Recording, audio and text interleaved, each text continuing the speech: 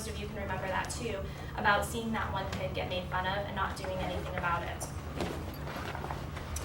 So the way that she decided to apologize as an adult was she wrote this book to the girl who was made fun of. And there's a point in here that said, was the girl lying? Who said that I have 100 dresses. And what happened was one day for a show and tell, she brought in her sketches of 100 dresses that she had. So in her mind, she really did have 100 dresses, even though she only wore one good dress. So that was how this came to be.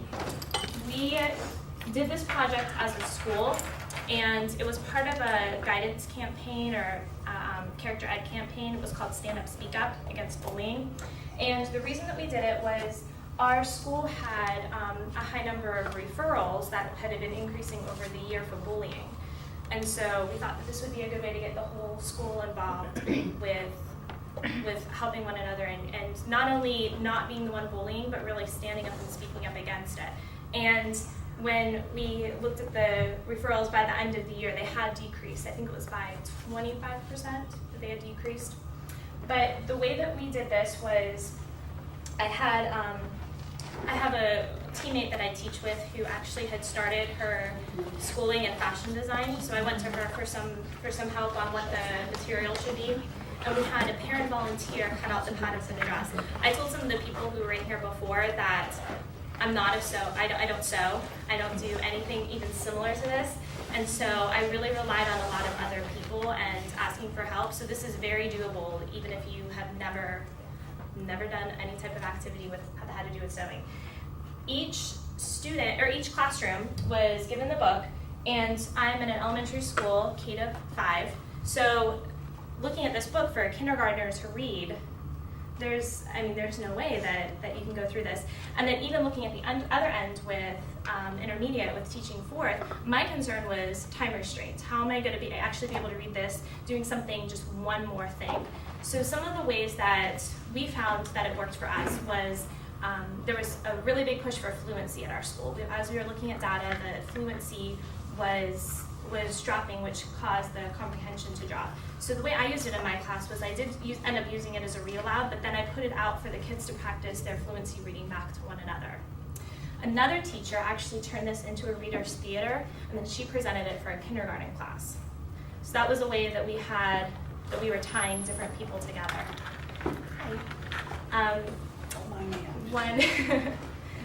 I know that a couple other teachers would read parts of it. So they would read the beginning, middle, or end, or they would look at the different chapter titles. And even just reading the letter on the front, if it's hard to get everyone on board with this, do you feel that you have a pretty good understanding of the basic idea of the book?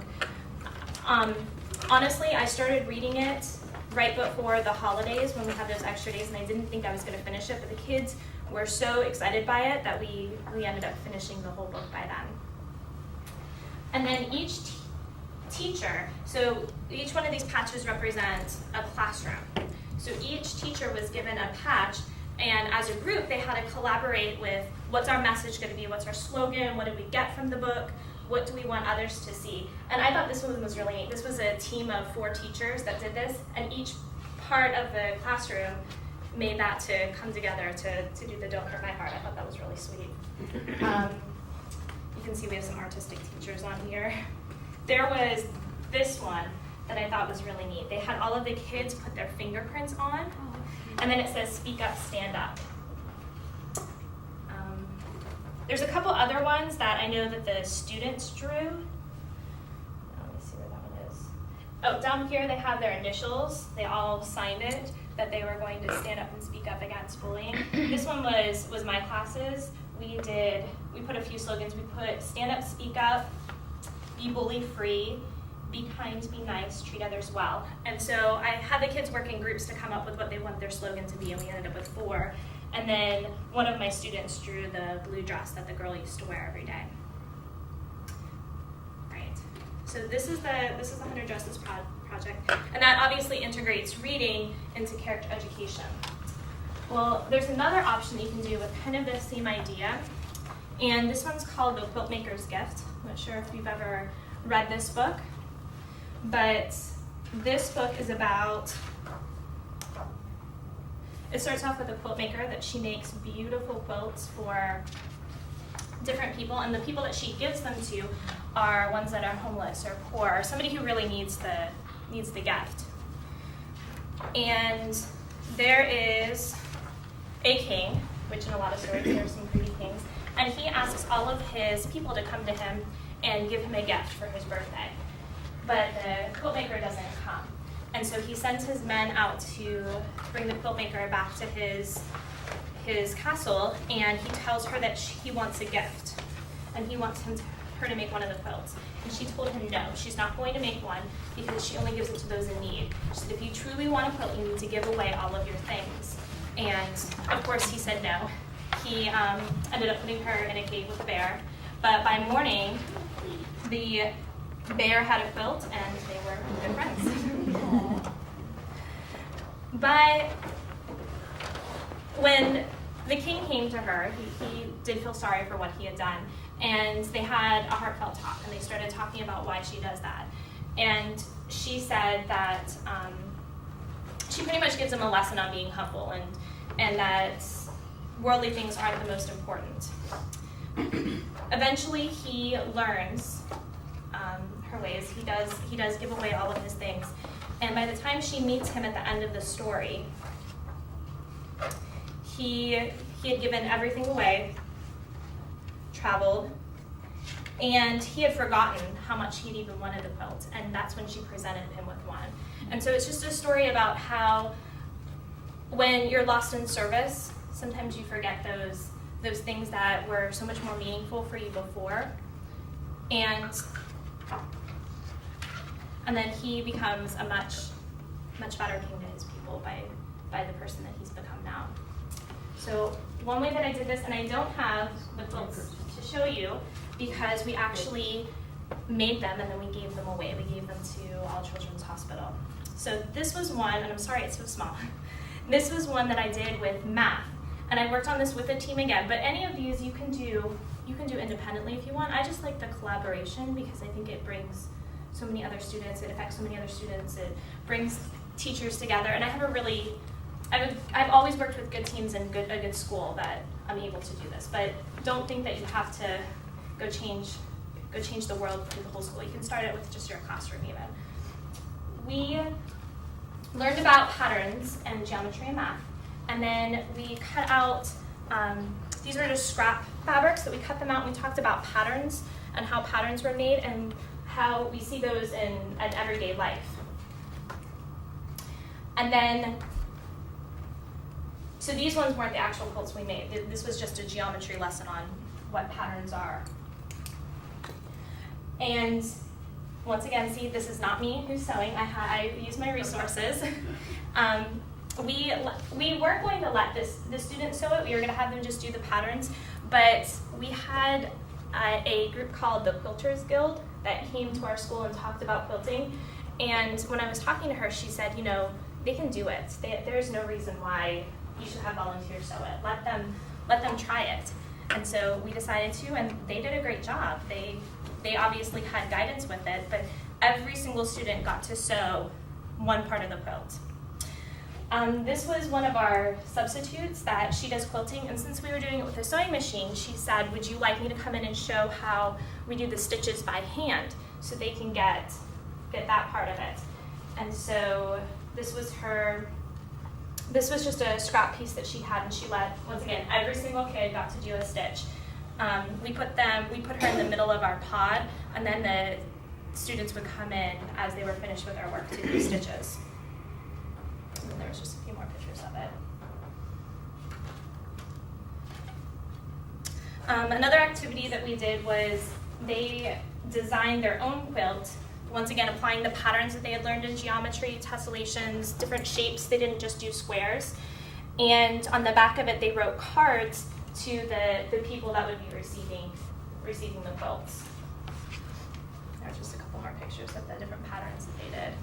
How did the boys respond? Oh, they loved it. Yeah, they did. Mm-hmm. Yeah, actually, those are just my boys right there. They absolutely loved it. And then these were our finished quilts that we made. We made 4 quilts, And really easy way to do it, you know those kits at the store that are, all of your fabric is right here that you need. These were baby quilts, so they were a little bit more small and manageable. It really wasn't that hard. And then there's a couple more. And then they were sent to All Children's Hospital. The way that I funded this was there was a grant called the Pasco Education Foundation, and they fund for creative learning in the classroom, and that's how both of these projects were funded. So I had a little bit extra money, and I bought for each of the quilts. The recipient also received the book of the quilt maker's gift, and then inside of it were all of the cards. But there are lots of different ways that this could be funded. I know that just parent volunteers, if you have a good resource with that. There's also different websites. I know there was one about funding a teacher. I forget. Do you know? Does anyone know? Adopt a Classroom. Yes, that's another way that you can do it. Or we actually had went to, our district has a creation station, and that's where the fabric came from in the beginning. And so all of the materials at Creation Station are free. And so we found some free fabric there that we cut out for the patterns. On your packets, I also gave you the information for the Quilters Guild. That was one of my favorite parts of it, to have the community come in and talk about how they quilted. And it's something that most of the students had never been exposed to. So Do you have any extra handouts? Absolutely. Once we're going to start an activity, can I give them to you during that? Okay, so you might think, I don't teach math, or I don't teach reading, maybe you teach science, or maybe these projects wouldn't necessarily work for you. But what I thought we could do next was to collaborate with one another and come up with a way that you can apply one of the books into your own classroom or your own subject, like in the library. However you want to do this. I was speaking to, what's your name again? Marilee, and she had said that she's a librarian. My librarian, or my media specialist, is actually the one who helped me do this project. Everything was housed in the media center, and then the dress was on display in the media center too. I just borrowed it for a little bit in the summer. So I have the 3 books that we can share, and we can collaborate. Would you rather talk among subject area? Would that be the easiest for you, or grades? You know, I'll let you decide how you want to do it. Does that sound good? Back here, there are fabric squares. And so what you can do is your group can take one of the fabric squares, or however you want to do it, and there are markers that are back here also. These are the fabric markers that we used for our project. And you can come up with a little display of how you want to show this. Let me give you an example, because I can hear it coming out, and I know that if you were students, you'd all say, what? Maybe if I was doing science, I can talk about what this could represent as a science standard.